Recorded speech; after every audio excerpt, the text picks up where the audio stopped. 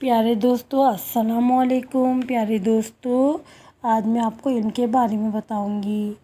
پیارے دوستو دین اسلام انسان کی دنیا کے لیے بھی احکامات دیتا ہے اور آخرت کو سنوارنے کا بھی طریقہ بتاتا ہے۔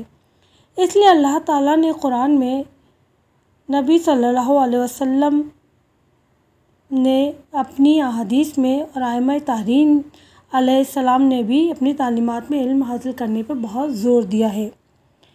اس بارے میں شہید مطہری کہتے ہیں کہ اسلام میں علم حاصل کرنے کے لیے نہ عمر کی قید ہے، نہ علاقے کی قید ہے، نہ مرد عورت کی قید ہے، یعنی ہر مسلمان مرد عورت پر لازم ہے کہ وہ کسی بھی عمر میں ہو، خواہ کہیں سے بھی ملے علم کو حاصل کرے۔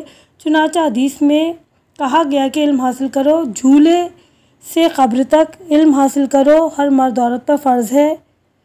علم حاصل کرو چاہے تمہیں چین ہی کیوں نہ جانا پڑے۔ اور ہم دیکھتے ہیں علم بہتر ہے یا مال۔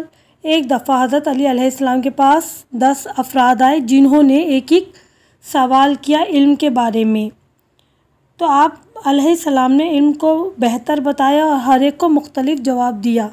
آپ نے کہا علم اس لیے کہ مال کی تجھے حفاظت کرنی پڑتی ہے، لیکن علم تیری حفاظت کرتا ہے۔ مال فرعون کا ترکہ ہے، علم انبیاء کی میراث ہے۔ مال خرچ کرنے سے کم ہوتا ہے، علم خرچ کرنے سے ترقی کرتا ہے۔ مال کو ہر وقت چوری کا خطرہ پے اور علم کو نہیں، اس لیے کہ مال سے بے شمار دشمن پیدا ہو جاتے ہیں مگر علم سے ہمیشہ ہر دل عزیزی حاصل ہوتی ہے۔ کون سا علم بہتر ہے؟ حضور صلی اللہ علیہ وسلم فرماتے ہیں بہترین علم وہ ہے جو فائدہ پہنچائے۔ علم میں طب، میڈیکل سائنس انسان کو صحت مند رکھنے کے لیے پڑھا جاتا ہے۔ انجینئرنگ سے عمارتیں، سڑکیں، پل وغیرہ بنائے جاتے ہیں۔